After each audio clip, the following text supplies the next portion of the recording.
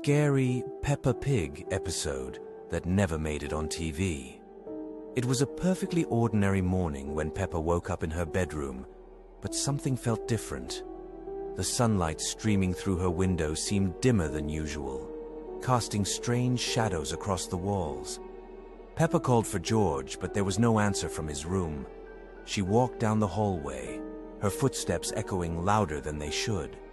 When Peppa reached the living room, she found George sitting on the purple sofa, but he wasn't moving. His eyes were wide open, staring at the television screen that showed nothing but static. Peppa tried to speak to him, but George didn't respond. His favorite dinosaur toy lay forgotten on the floor, its plastic eyes seeming to follow Peppa.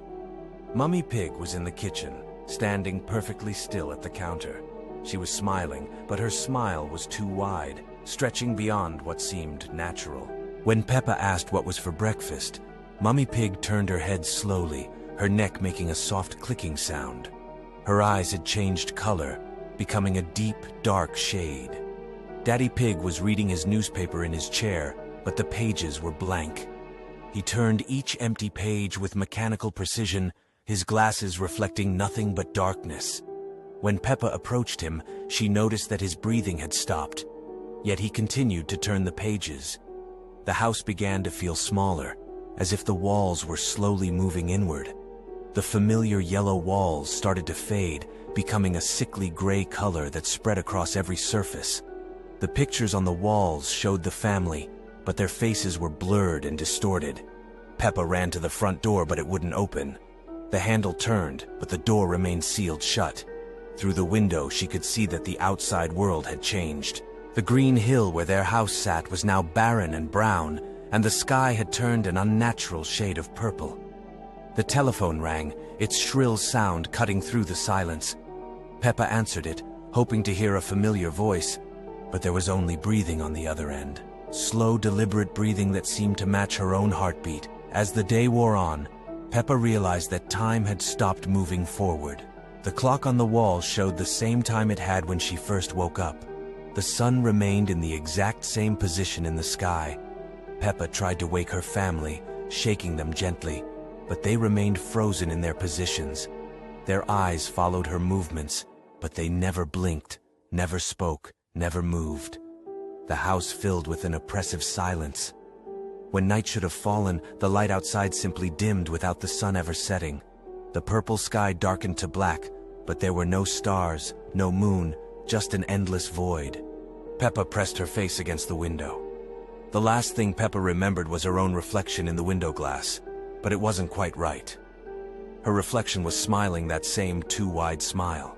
Scary Peppa Pig episode that never made it on TV. It was a perfectly ordinary morning when Peppa woke up in her bedroom, but something felt different. The sunlight streaming through her window seemed dimmer than usual, casting strange shadows across her pink walls. As she got dressed in her red dress, she noticed her reflection in the mirror was smiling even when she wasn't. Downstairs, Mummy Pig was making breakfast, but her usual cheerful humming had been replaced by an eerie silence. When Peppa entered the kitchen, Mummy Pig turned around with a smile that stretched too wide across her face, revealing teeth that seemed sharper than before. "Good morning, Peppa," she said in a voice that sounded hollow and distant. George was already at the breakfast table, but he wasn't playing with his dinosaur toy. Instead, he sat perfectly still, staring at his cereal bowl with unblinking eyes.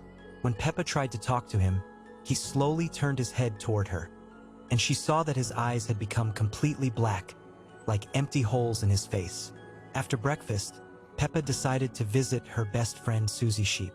As she walked through the neighborhood, she noticed that all the houses looked exactly the same as always, but there were no other animals outside. The streets were completely empty, and the only sound was the echo of her own footsteps on the pavement. When she reached Susie's house, the door was already open. Peppa called out, but there was no answer. She stepped inside and found Susie in the living room, sitting on the purple sofa. But Susie wasn't moving, and when Peppa got closer, she realized that Susie's wool had turned gray and her eyes were staring straight ahead without blinking. Frightened, Peppa ran back home, but when she arrived, she found that her house had changed. The The yellow walls had become a sickly green color, and the windows were now completely black. Inside, she could hear voices calling her name, but they didn't sound like her family anymore.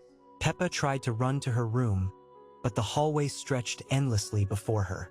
The family photos on the walls showed the same smiling faces, but their eyes followed her as she moved. She could hear footsteps behind her, getting closer and closer, but when she turned around, there was nothing there. Finally reaching her bedroom, Peppa slammed the door shut and hid under her covers. But even there, she could hear whispers coming from the walls themselves. The whispers grew louder until they became a chorus of voices all saying the same thing. "You can never leave, Peppa. This is your home now." When she peeked out from under her blanket, she saw that her bedroom window no longer showed the outside world. Instead, it displayed the same room she was in, creating an infinite reflection of herself hiding in bed. And in each reflection, she could see that her own smile was becoming wider and more sinister, just like everyone else's. As the whispers continued, Peppa realized that she was becoming part of whatever had taken over her world. Her reflection in the endless windows began to move independently, waving at her with movements she wasn't making.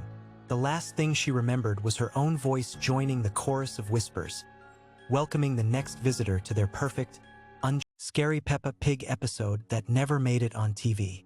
It was a quiet evening when Peppa and George were playing in their bedroom.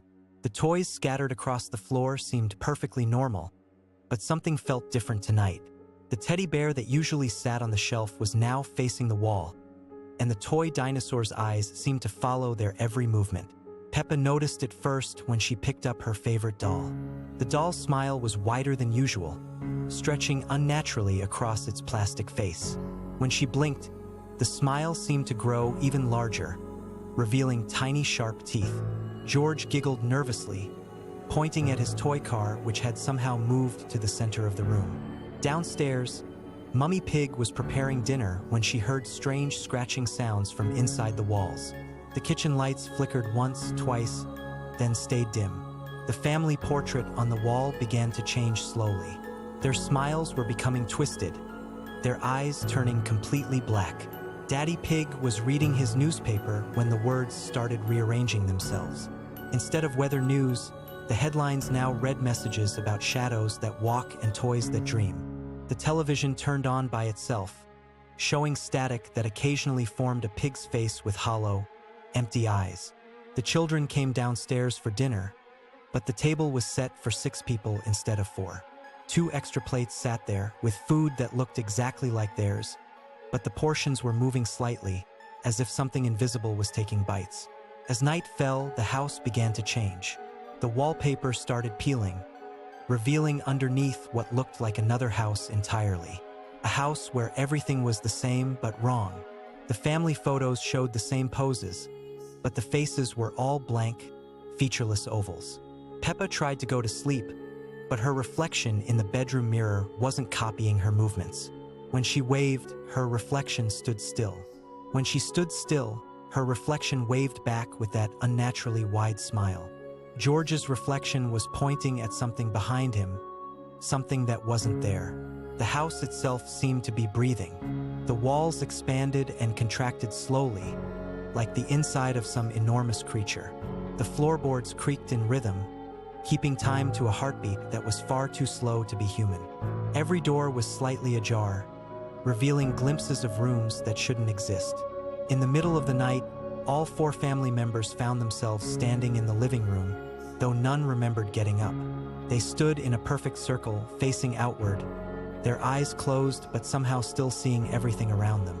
The morning came, but the sun looked different, too bright, too white, casting shadows in wrong directions. When they looked out the windows, their neighborhood was still there, but all the other houses were empty. No people, no movement, just empty windows staring back like hollow eyes. Scary Peppa Pig episode that never made it on TV. It was a perfectly ordinary evening in the Pig family house when something extraordinary began to happen. Peppa and George were playing in their bedroom when they noticed their toys behaving strangely. The teddy bears seemed to be watching them with unblinking button eyes, and the toy dinosaur that George loved so much appeared to move slightly, when no one was looking directly at it. Mummy Pig was downstairs preparing dinner when she heard an unusual sound coming from the children's room. It wasn't the normal laughter and chatter she was used to hearing. Instead, there was an eerie silence punctuated by soft whispers that seemed to come from nowhere and everywhere at once. She called up to the children, but received no response. Daddy Pig was reading his newspaper when the television began changing channels by itself. Each channel showed the same thing: an empty playground with swings moving back and forth in the wind, even though there was no wind visible anywhere else. The playground looked exactly like the one where Peppa and her friends usually played, but something was fundamentally wrong with it. Upstairs, Peppa and George discovered that their bedroom door had somehow locked itself from the outside. They tried calling for their parents, but their voices seemed to be absorbed by the walls themselves. The room began to feel smaller, as if the walls were slowly moving inward. Their toys had arranged themselves in a perfect circle around the children, all facing them with expressions that had somehow changed from friendly to menacing. The family portraits hanging on the walls throughout the house began to shift and change. In each picture, the smiling faces of the Pig family gradually transformed into expressions of concern, then worry, then outright fear. It was as if the photographs were trying to warn the real family about something terrible that was approaching. As night fell, the house itself seemed to come alive. Doors creaked open and closed on their own. Footsteps echoed through empty hallways, and whispers filled every room. The kitchen appliances turned themselves on and off in a rhythmic pattern that almost sounded like a heartbeat. Grandpa Pig arrived for his usual evening visit, but when he knocked on the front door, it swung open to reveal a house that looked exactly the same yet felt completely different. The familiar yellow walls seemed to pulse with an otherworldly energy. The children found themselves drawn to the window, where they could see their neighborhood transformed. All the houses looked identical to theirs, stretching endlessly in every direction. Other families could be seen through the windows, but they all moved in perfect synchronization, as if controlled by some unseen force. The final realization came when they looked in the mirrors throughout their house and saw not their own reflections, but the reflections of a different family entirely. A family that looked exactly like them, but with eyes that held no recognition, no warmth, no life. Scary Peppa Pig episode that never made it on TV. It was a perfectly ordinary Tuesday morning when Peppa woke up in her bedroom, but something felt different. The sunlight streaming through her window seemed dimmer than usual, casting strange shadows across her pink walls. As she got dressed in her favorite red dress, she noticed her reflection in the mirror was smiling even though she wasn't. Downstairs in the kitchen, Mummy Pig was making breakfast, but her movements were too mechanical, too precise. She flipped pancakes with the exact same motion over and over again, never blinking, never stopping. When Peppa said good morning, Mummy Pig turned around with that same perfect smile, but her eyes were completely black. George was already at the breakfast table, playing with his toy dinosaur as always. But today, the dinosaur seemed to be moving on its own, its tiny plastic head turning to watch Peppa as she sat down. George giggled, but the sound was wrong, too deep, too knowing for a little pig his age.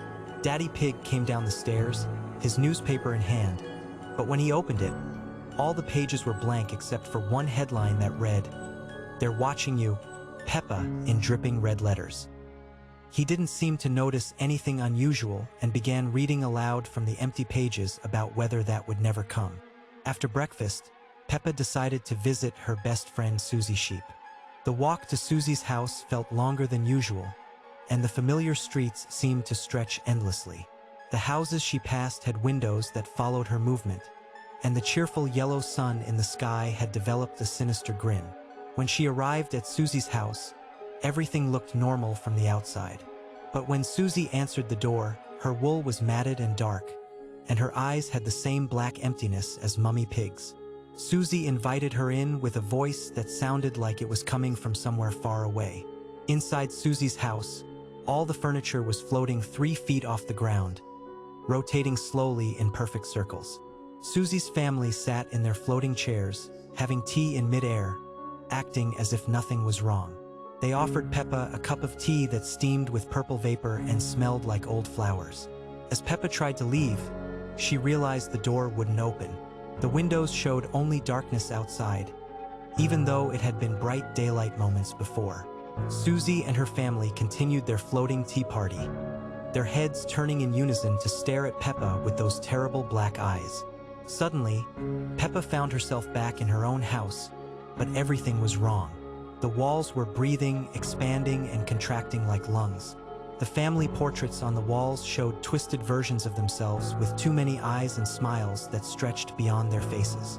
In the living room, the television was on, but it only showed static. Within the static, Peppa could see shapes moving, reaching toward the screen as if trying to escape. The purple sofa had grown teeth along its edges, and the coffee table was covered in photographs of Peppa sleeping, taken from impossible angles. George appeared in the doorway, but he was wrong too. His body stretched upward like taffy, and when he spoke, his voice came from behind Peppa instead of from his mouth. He asked if she wanted to play a game, but the game was to count how many eyes were watching them from the walls. Mummy and Daddy Pig joined them in the living room, but they moved like marionettes, their limbs jerky and unnatural. They sat down for their usual evening routine, but instead of talking about their day, they spoke in unison about how much they loved having Peppa home forever and ever and ever. The house began to shake, and through the windows, Peppa could see that their yellow house was now floating in a void of absolute darkness. There were no other houses, no ground, no sky, just their home suspended in nothingness while her family continued their impossible routine. As night fell inside the floating house, Peppa realized that tomorrow would be exactly the same. She would wake up, see her wrong reflection, have breakfast with her black-eyed family, visit Susie's floating house, and return to walls that breathed and furniture that watched.